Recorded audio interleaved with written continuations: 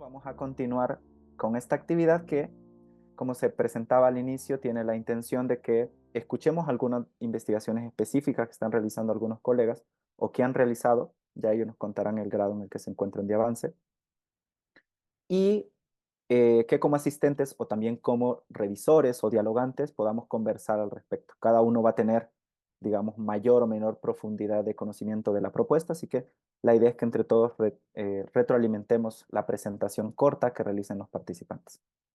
La organización general, vamos a contar con 4 ponencias, ustedes las han podido leer ya en el libro de resúmenes del evento. Están organizadas en el orden que se muestra en la presentación.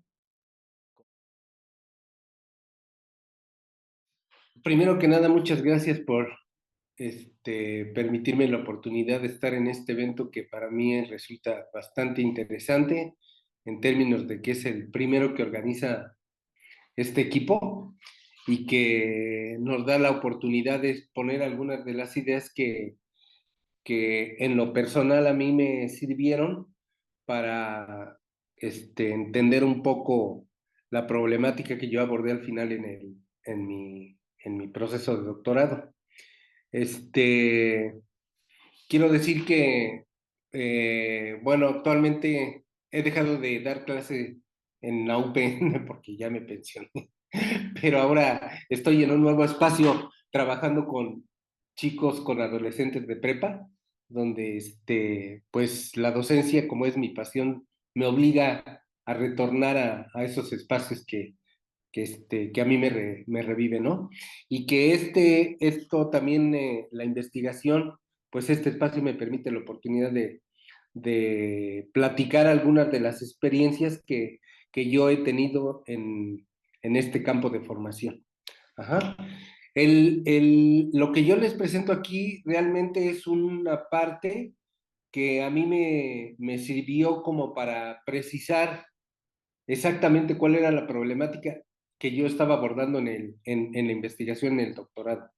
¿Sí? El objeto de mi investigación en ese proceso de doctorado era qué nivel de comprensión tenían los profesores de nivel del bachillerato aquí en México sobre el concepto de derivada, su significado, sus distintas aplicaciones, ¿no?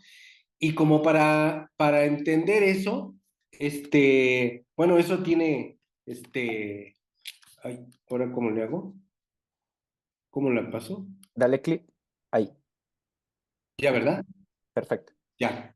Entonces, el origen, digamos, la genética de esta parte que yo les voy a compartir, radica en que yo como profesor como profesor formador de profesores y conductor de cursos de matemáticas en la formación de profesor de bachillerato, pues me di cuenta de que la experiencia me mostraba que el nivel de comprensión que tenían los estudiantes, pues era bastante bajo, ¿no? Si lo tomamos en términos de lo que menciona el profesor Skem, que identifica 2 niveles de comprensión, que es el relacional y mecánico, digamos, pues la mayoría de los estudiantes se quedan en ese nivel, si acaso, en el nivel instrumental, en el manejo de las técnicas, de las fórmulas, de, hacer- de saber aplicar los algoritmos hasta determinado nivel. Y difícilmente llegan a comprender las ideas, una de las ideas básicas de lo que es el cálculo diferencial, ¿no? En este caso, la derivada. Toda esta problemática pues ha sido ampliamente investigada y bueno, pues yo lo que pretendía era ver dónde estaba el origen y por ello pues tenía que comprender más o menos mejor, un poco mejor el concepto de derivada, ¿no? Y para ello pues tenía que, pues tuve que ir a plantearme la pregunta de qué realmente era el cálculo, lo que aparecía en los libros de texto de bachillerato, lo que aparecía, por ejemplo, en el libro de Granville, o había otras ideas atrás, ¿no?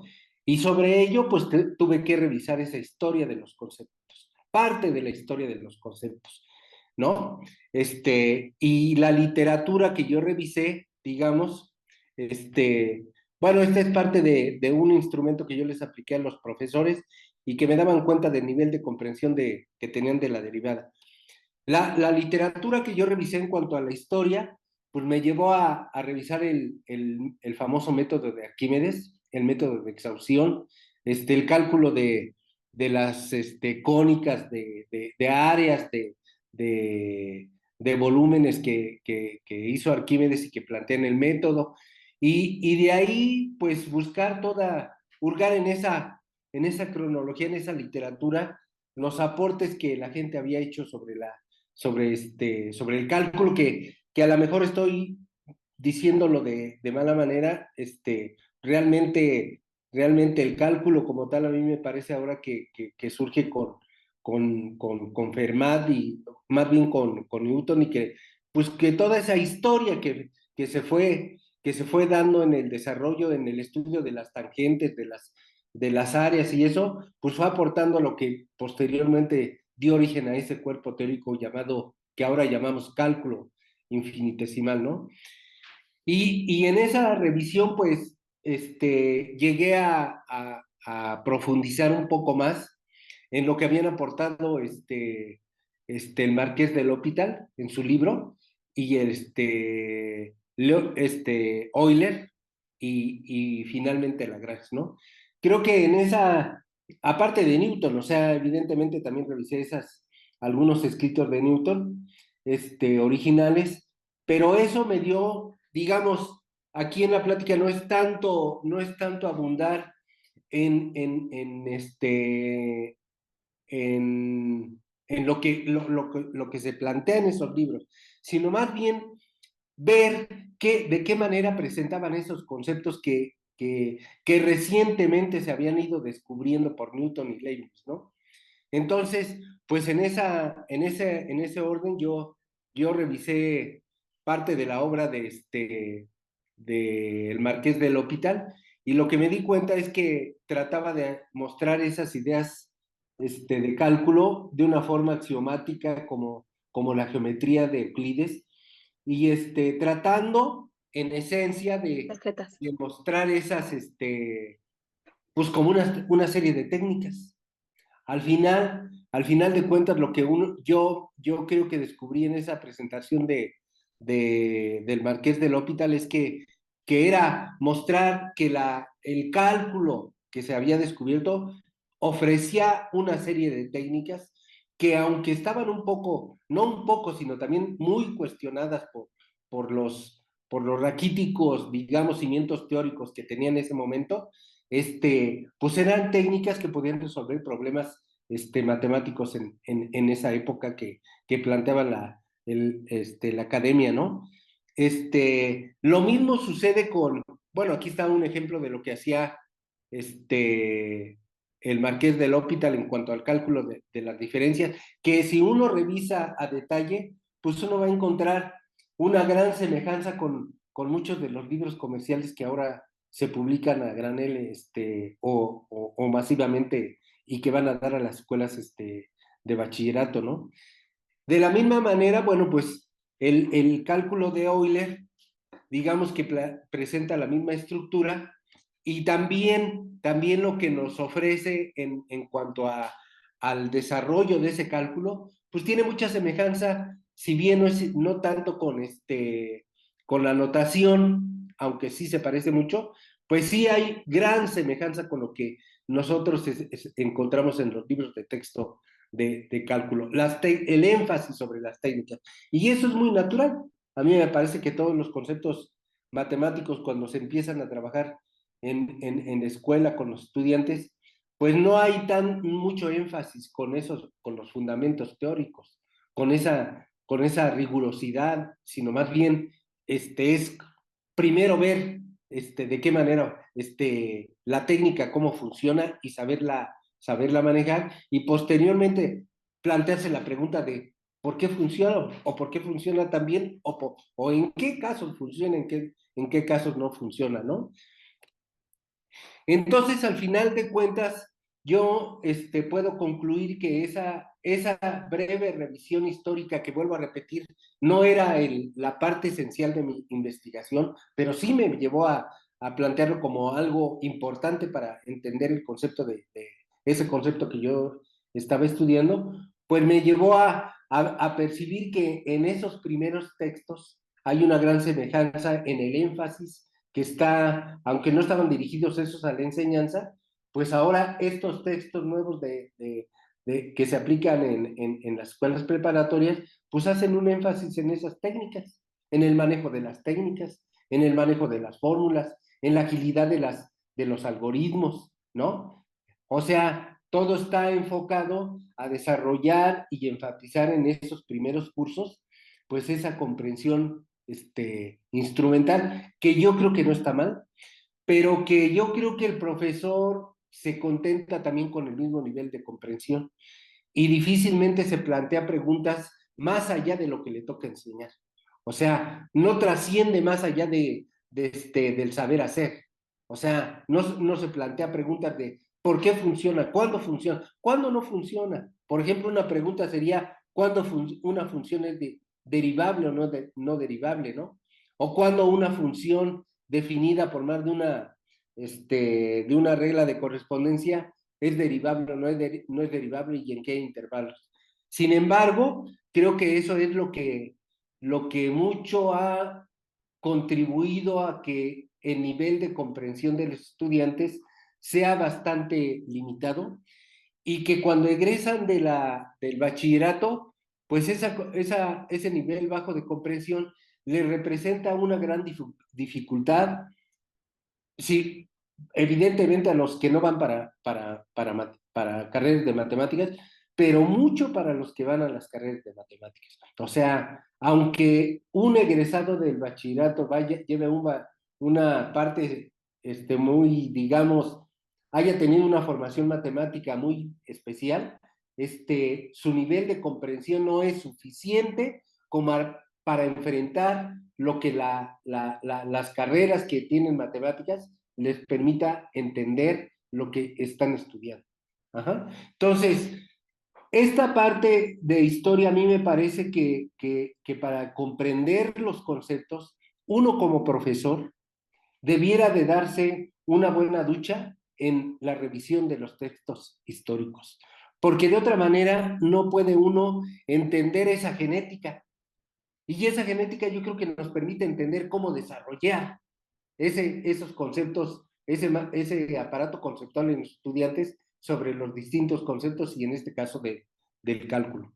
Entonces, yo creo que esto es lo que yo les puedo presentar y reiterar que realmente a mí la historia de los conceptos, en este caso del cálculo, me permitió entender mejor, tener un nivel mejor de comprensión de lo que yo trataba de estudiar. No, yo creo que si alguien quiere dedicarse a investigar la comprensión, en este caso, de alguno de los conceptos matemáticos, pues sería muy difícil si no entiende uno esa genética de los conceptos, ¿no? No me puedo quedar con esa visión final de un concepto, ¿no?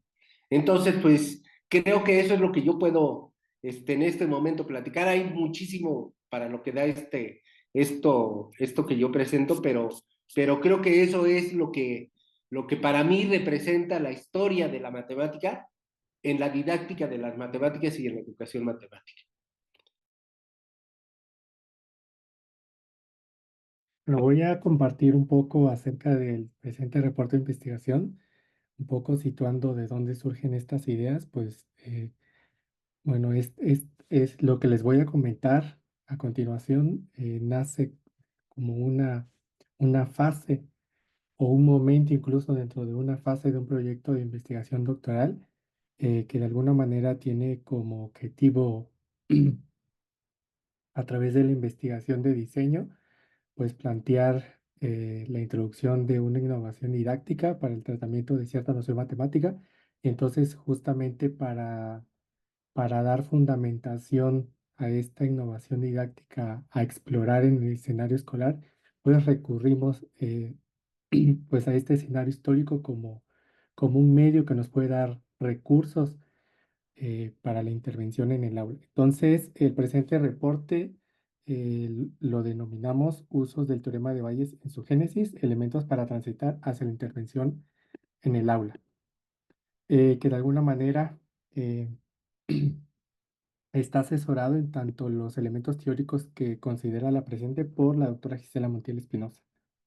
Entonces, como punto de partida o consideraciones iniciales, pues eh, quiero destacar dos aspectos alrededor de lo que encontramos en la investigación sobre el contenido matemático de interés que tiene que ver con el teorema de Bayes, que es un contenido matemático que en el sistema educativo mexicano podemos ubicar dentro del nivel bachillerato, el nivel medio superior, básicamente para estudiantes o este nivel educativo para estudiantes entre 15 y 18 años. Entonces, es uno de los contenidos que se marca a nivel curricular. Entonces, en términos de la investigación, hemos reconocido dos fenómenos o dos situaciones problemáticas. El primero que podemos denominar como la aritmetización de la pluralidad subjetiva bayesiana, que tiene que ver con un trabajo más procedimental respecto al trabajo con este tipo de noción probabilística. Al respecto de mirar este fenómeno que podemos reconocer en la literatura, no solo local, sino también internacional, pues en una inmersión realizada en el caso de libros de texto como un recurso para acercarnos a conocer sobre la enseñanza de este contenido encontramos pues básicamente el reflejo de esta idea, lo cual pues entonces en términos ya de los elementos teóricos empezamos a denominar como el uso del teorema como un algoritmo únicamente de cálculo. El otro aspecto que hemos reconocido es lo que hemos estado denominando como el predominio de la inferencia clásica sobre la perspectiva bayesiana. Pues de alguna manera el teorema de Bayes surge como el elemento principal para el desarrollo de este tipo de inferencia en el caso de la perspectiva bayesiana. Y en particular lo que nos llama la atención ante esta cuestión es que incluso en la propia literatura se ha señalado que el enfoque bayesiano es más intuitivo o cercano a las formas de razonamiento de los individuos y entonces pues surge de manera natural este cuestionamiento de por qué se ha priorizado en la enseñanza cuando estamos abordando la idea de la inferencia, la perspectiva clásica o frecuentista de la probabilidad. Entonces, básicamente en este contexto de estos dos elementos en la literatura, pues nos planteamos de alguna forma el proyecto de investigación doctoral que podemos caracterizar en estas tres líneas. Primero, pues de alguna manera nos situamos dentro de estos llamados que hacen la propia comunidad de educadores estadísticos respecto a generar una transformación de la enseñanza de esta área de conocimiento, transitando de estas ideas de procedimientos a técnicas a una visión más amplia eh, que en la literatura se denomina como una visión más holística que tenga que ver con el análisis de datos, su tratamiento, entre otros aspectos. Por otra parte, pues algo que reconocemos tiene que ver con esta omisión también respecto al teorema de Bayes en el escenario escolar, la omisión de la asignación subjetiva o personal de la probabilidad, siendo este elemento uno de los aspectos que concierne a la naturaleza de esta noción matemática. Y por otro, sostenemos que el desarrollo del razonamiento bayesiano precisa de la movilización de otros aspectos que vayan más allá de solo el componente de cálculo. Esto quiere decir que sí es importante, pero no es suficiente. Entonces, pues básicamente en este marco, pues nos propusimos indagar en este escenario histórico como un medio para ir a reconocer o otros recursos que podamos obtener para, pues de alguna manera ampliar lo que hoy en día vive en el escenario escolar. Y nos planteamos la siguiente pregunta orientadora para el desarrollo del estudio. ¿Qué usos del teorema de Bayes emergen en la génesis de la estadística bayesiana? Bueno, para desarrollar o para atender esta pregunta orientadora, pues básicamente nos situamos en un estudio de tipo documental y guiados por el análisis de contenido, pues nos propusimos una serie de fases a seguir para dar cabida a la pregunta planteada. Entonces, en específico, para el establecimiento del marco analítico, que tiene que ver con la forma en que vamos a analizar, pues de alguna manera, en este caso nuestra obra original, pues básicamente nos situamos desde la perspectiva de la socioepistemología y en específico estuvimos trabajando con el constructo teórico de usos del conocimiento para abordar esta noción teórica en términos del análisis. eh, pues lo que consideramos es que el uso iba a ser el resultado de la interacción de tres elementos, es decir, un sujeto haciendo ciertos tipos de acciones en el marco de una tarea matemática, es este cúmulo de acciones que se desarrollan es lo que marca la actividad estocástica o la actividad matemática, y pues básicamente la tarea que denota o que como producto da ciertos tipos de acciones, pues está enmarcada en un contexto. Entonces el uso va a ser el resultado de la interacción de tres elementos: el usuario, la actividad y el contexto. Y para ello, además, nos proponemos dos preguntas auxiliares para caracterizar esta idea de uso en términos de eh, la caracterización que estamos utilizando. Y estas tienen que ver con cómo el sujeto emplea el teorema de Bayes en la tarea, para qué le sirve el teorema de Bayes al sujeto en la tarea. Bueno, ¿cómo procedimos? No voy a entrar en detalles, solo voy a comentar a grandes rasgos nuestra forma de proceder.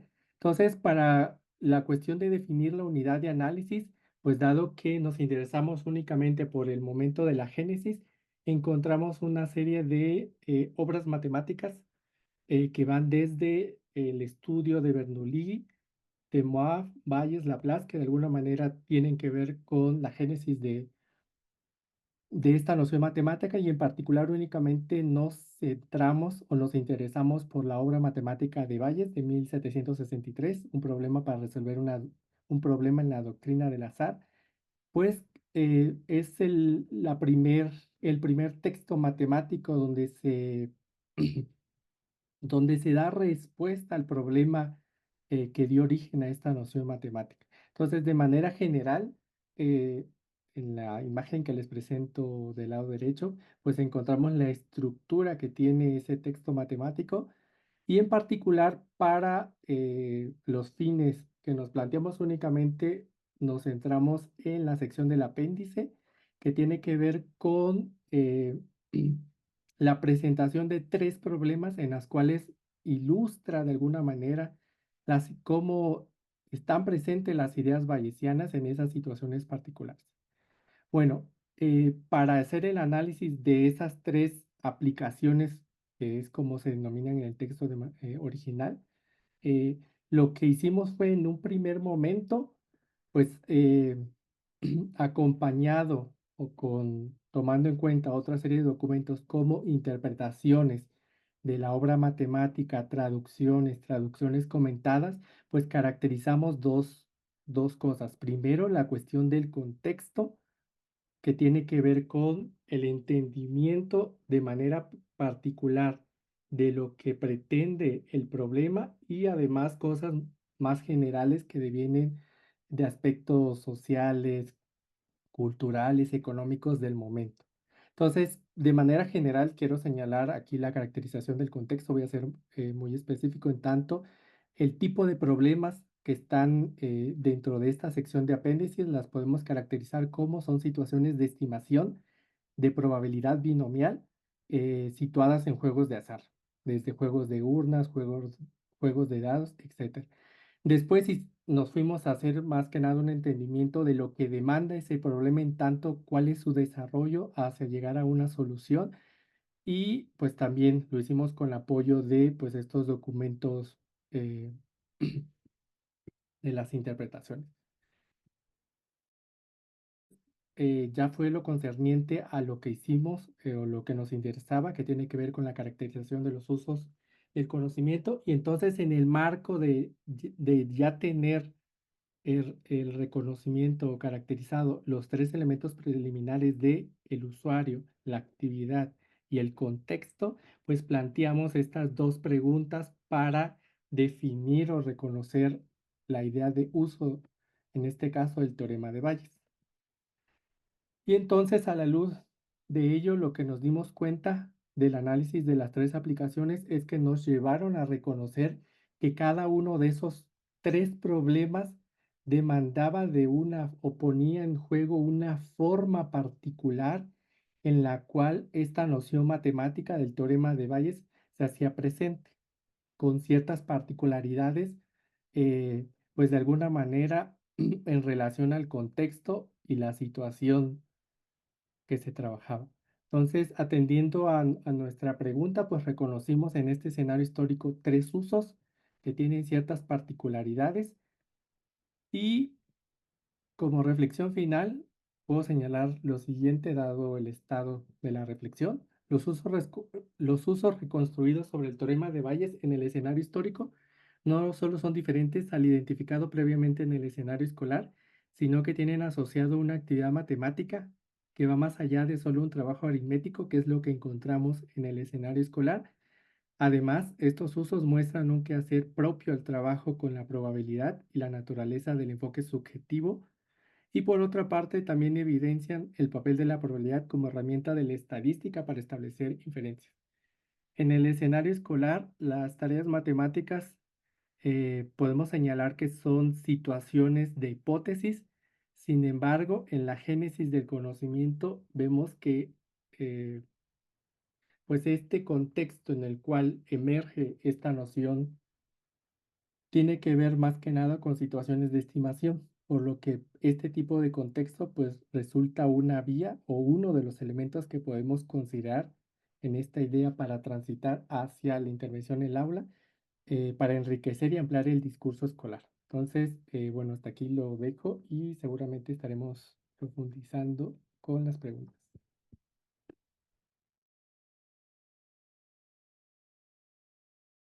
Voy a presentarles la ponencia que hemos titulado hasta el momento Prácticas Matemáticas en Esférica de Menelao, los inicios de la geometría esférica. Es una parte del proyecto doctoral.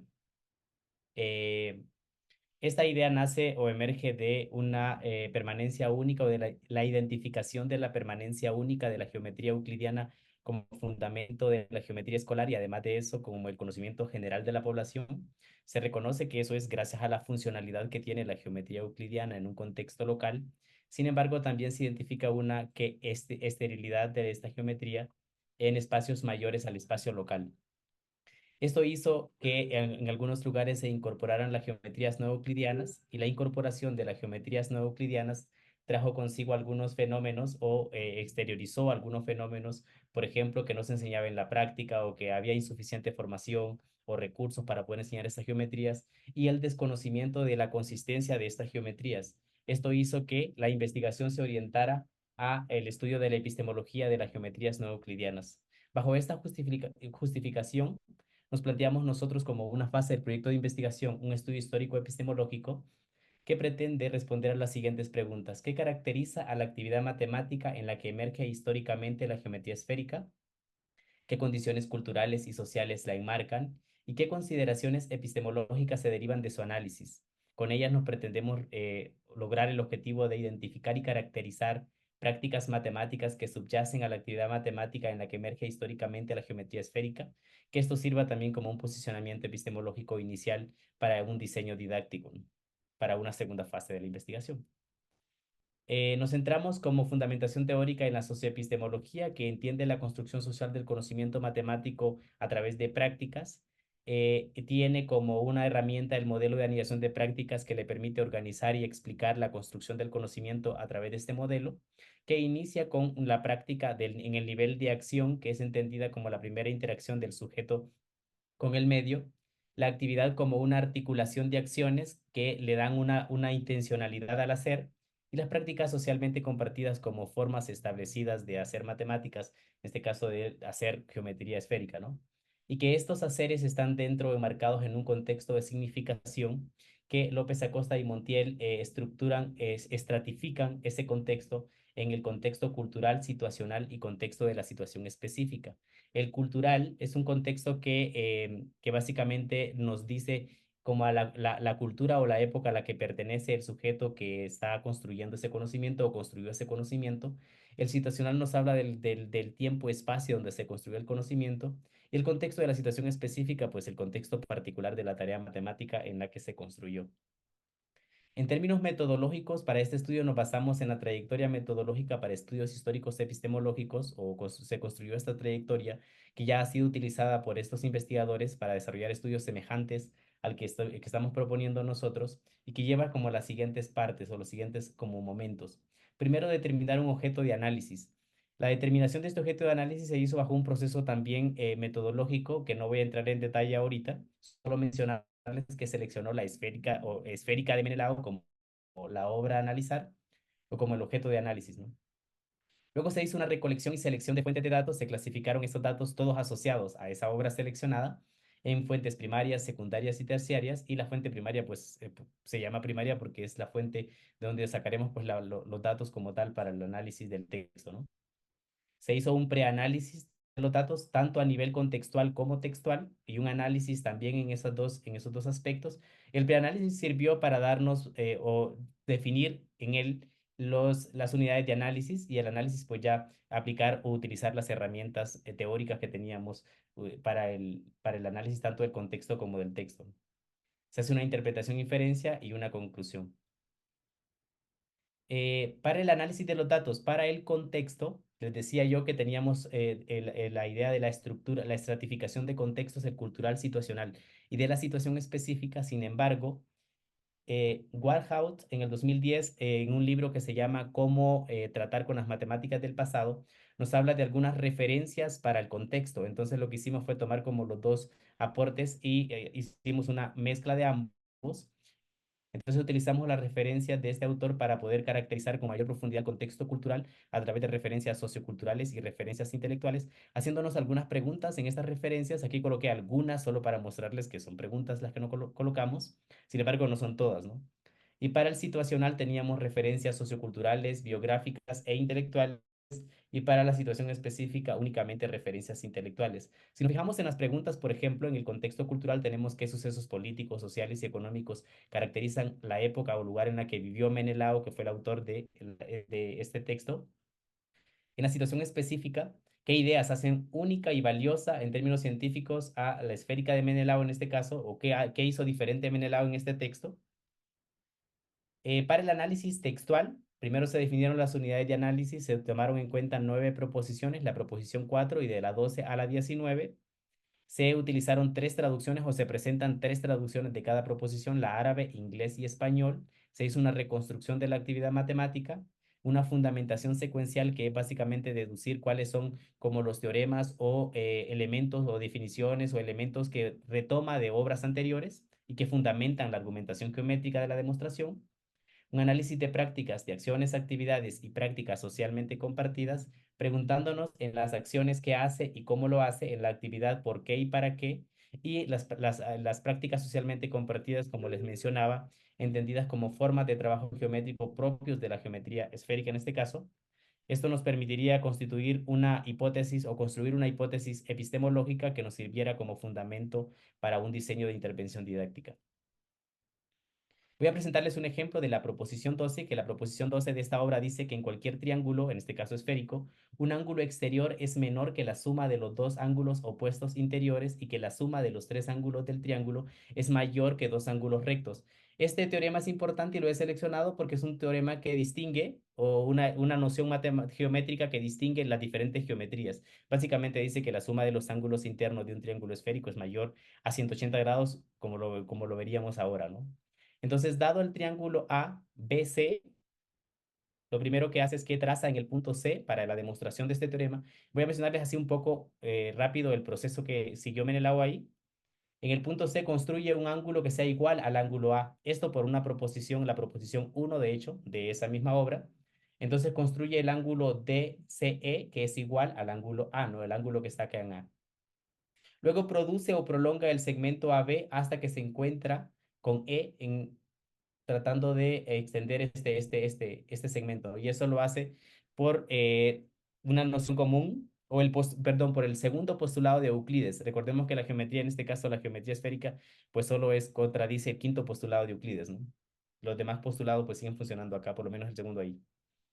Y después, como el ángulo, aquí utiliza una proposición que es la proposición 11, que es la anterior a esta proposición, que es una proposición única en la superficie de la esfera, única en esta geometría, que dice que si tomamos, por ejemplo, el ángulo grande AEC, perdón, el triángulo grande AEC, este ángulo que se formó acá en DCE es un ángulo exterior a ese triángulo, y que si ese ángulo exterior es igual al ángulo interior opuesto, que en este caso sería el ángulo A que se construyó de esa forma, entonces el segmento CE y EA va a medir igual a un semicírculo. Eso es un teorema que, repito, solo se cumple para la geometría esférica, ¿no? Entonces por eso deduce que esto es igual a un semicírculo. De ahí deduce que si tomamos únicamente el segmento CE y EB, los dos de color verde, los dos de color azul, perdón, esos van a medir menos que un semicírculo, son menores que un semicírculo. Por lo tanto, extiende el segmento CB y dice que este ángulo que está exterior al triángulo BCE va a ser mayor que el ángulo interior BCE. ¿Por qué? Porque como le quitábamos el segmento BC a esto que habíamos deducido que eran iguales a un semicírculo, ¿no? Y como este ángulo que aparece acá es igual a este otro ángulo que está acá por ser opuestos por el vértice, entonces compara este con este otro de acá, con el interior, y dice que entonces que el ángulo ABC, interior al triángulo ABC, es mayor que el ángulo ACB, interior al triángulo BCE, ¿no? Y luego lo que hace es que en el punto C identifica estos tres ángulos y dice que son iguales a dos ángulos rectos, porque son ángulos que se construyen sobre un segmento que es el segmento AD, y los compara con los ángulos internos del triángulo ABC. El A es igual a este ángulo que se construyó acá, el ángulo C que se forma acá dentro del triángulo se comparten los dos grupos de ángulos, y habíamos deducido que este ángulo es mayor que este otro, por lo tanto, entonces, por la comparación, los ángulos internos de este triángulo van a sumar más que dos ángulos rectos, y demuestra de esa forma el teorema, la proposición 12.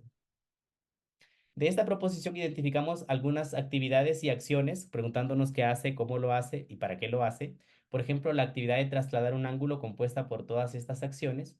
Sin embargo, de todas las proposiciones que seleccionamos, identificamos 10 actividades, y de esas actividades identificamos dos formas de trabajo geométrico propias de la geometría esférica: la teoría de la polaridad y la relación divergencia-convergencia, que voy a profundizar un poquito más adelante en ellas dos. Respondiendo a las preguntas de investigación sobre las condiciones culturales y sociales que marcaban, en este caso, la construcción de la esférica, en ese momento pues había una estabilidad económica y militar en Roma para los momentos de Menelao, que son 100 años después de Cristo, y la relación que tenía Menelao con algunos emperadores romanos, que se considerara la astronomía y la geometría como ramas de la matemática, y la esfericidad y sus diferentes significados le dieron pues el contexto, como en este caso cultural, social e intelectual, a la construcción de este texto, ¿no? La actividad matemática se caracteriza principalmente porque es una geometría que se trabaja sobre la superficie de la esfera, que fue la principal distinción que hizo Menelao de las geometrías anteriores. Un tipo de demostración directa diferente a las utilizadas anteriores a él, que él no utilizaba reducción al absurdo ni superposición de figuras. Fue una obra escrita también bajo la racionalidad euclidiana y tenía propiedades generales propias de la superficie de la esfera y propiedades específicas dependientes de nociones geométricas particulares también propias de esa superficie. Esto nos llevó a configurar la siguiente hipótesis epistemológica, que básicamente nos dice que el trabajo de la construcción de la geometría esférica para Menelao, por lo menos en las proposiciones estudiadas, se fundamenta en dos relaciones: la relación entre un punto y una recta, que se puede decir polo, círculo máximo, o llamada también teoría de la polaridad, es decir, que a toda recta, por ejemplo esta recta roja, le corresponde por lo menos un polo, el polo n, o un polo opuesto a n, que estaría en este punto, ¿no? Y la otra relación, que es la relación entre dos rectas, divergencia-convergencia.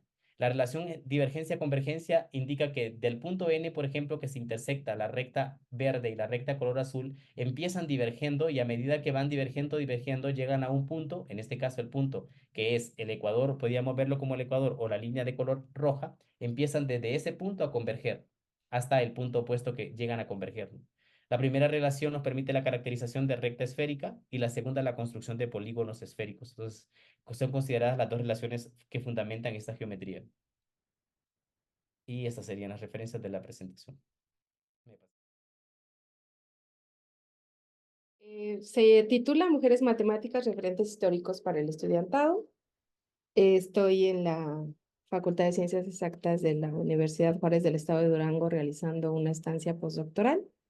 Y aquí han salido programas muy interesantes, programas de intervención sobre equidad de género.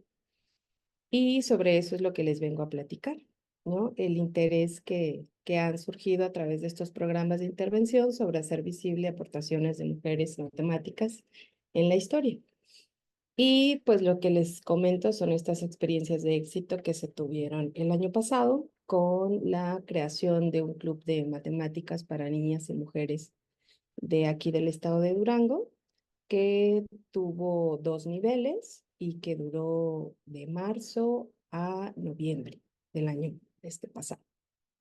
Bueno, estos, digamos, programas de intervención están dentro de la línea de género y matemáticas. Con un grupo de colegas trabajamos y con un gran número de estudiantes trabajamos sobre estas actividades, las aplicamos y las hemos estado analizando y algunas ya son publicadas.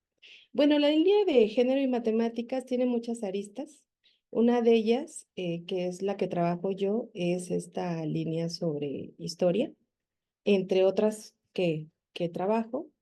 Pero digamos que la pandemia me dejó esta búsqueda por saber cómo es que estaban situadas las mujeres o cómo es que han estado situadas las mujeres a lo largo de la historia de las matemáticas.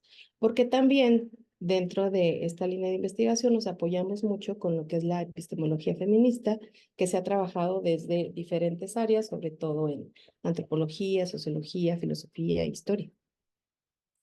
Bueno, entonces dentro del campo de las matemáticas, lo que buscamos es la reintegración de las personas para distinguirlas, tratar de desarrollar una epistemología que resulte conveniente al conocimiento y no continuar resaltando diferencias en la apropiación de los saberes entre pues, mujeres y varones o entre personas con discapacidad y, que no, y las que no tienen alguna discapacidad. O sea, dejar de estar haciendo esta comparación entre poblaciones, cualquiera que sea, ¿no? Y más bien resaltar los saberes de cómo se dan en ciertos contextos, ¿no? Sobre una matemática más situada.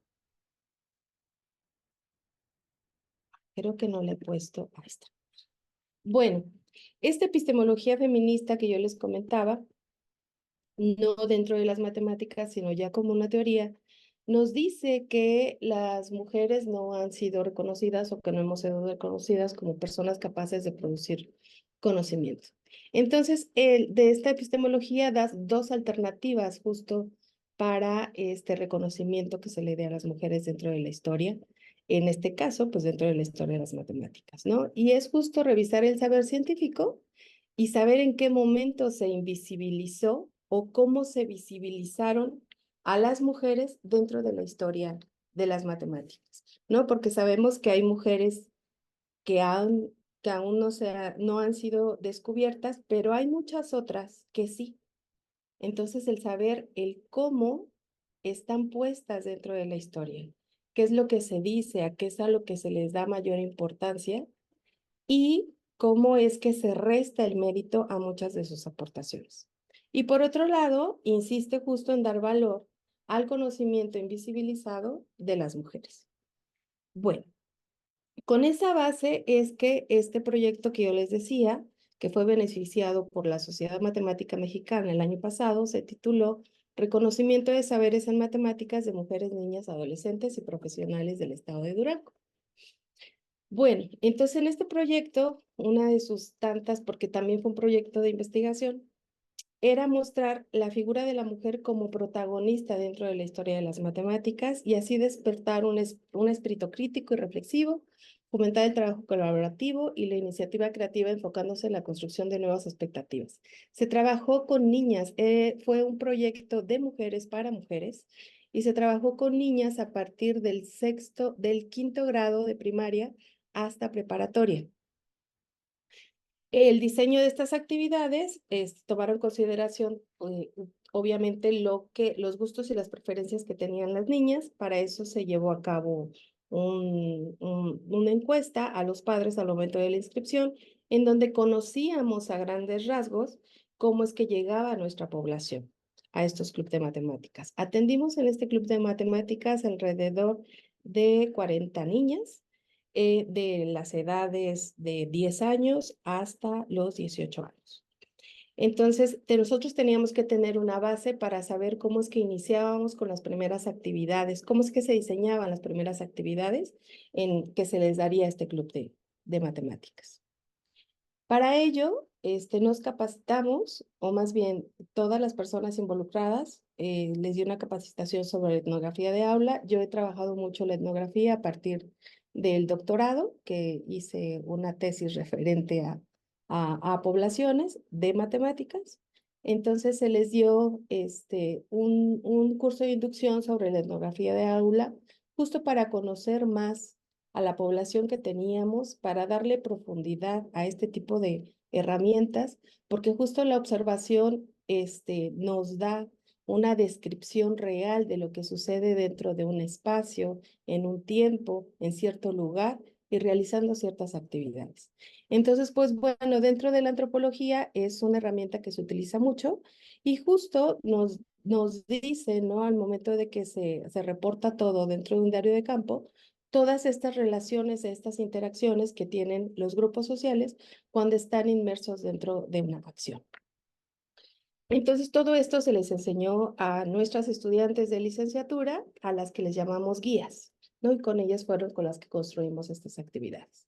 Bueno, ¿cuál fue la metodología a seguir para la construcción de estas actividades en donde se destacara la aportación de las mujeres matemáticas en la historia?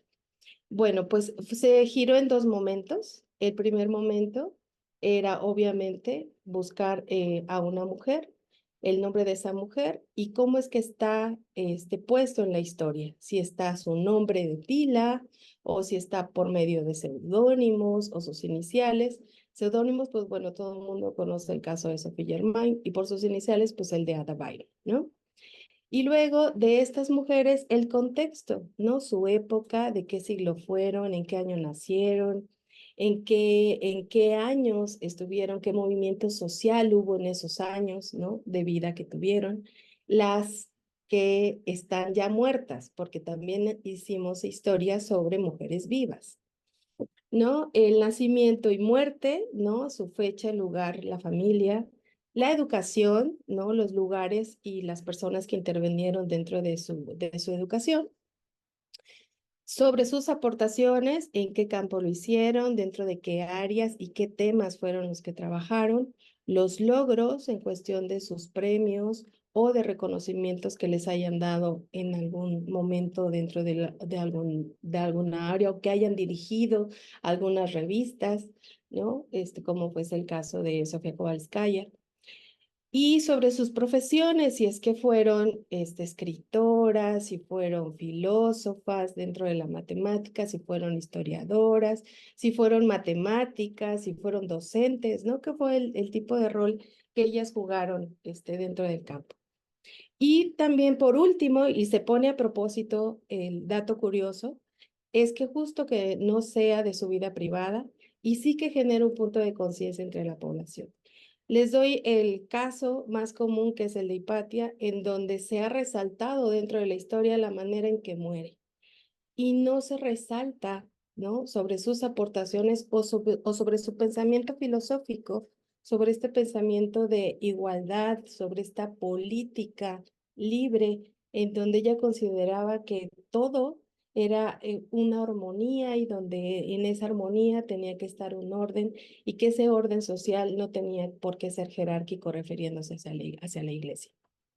Bueno, y después tenemos un segundo momento, que es esta etnografía que les comentaba yo, teniendo un antes y un después. Un antes, pues justo ya cuando conocemos a nuestra población, y para nuestro caso, que era la primera vez que veíamos a todas las niñas en el primer día de actividad del club, pues hicimos una etnografía extensa en donde las conocimos, vimos sus movimientos, sus sonrisas, si eran calladas, si no, si les gustaba escribir, dibujar, si les gustaba estar trabajando, si trabajaban bien fuera del aula, dentro del aula, si teníamos las sillas de manera en filas o si se extendían por todo el espacio, si les gustaba trabajar en piso, todo.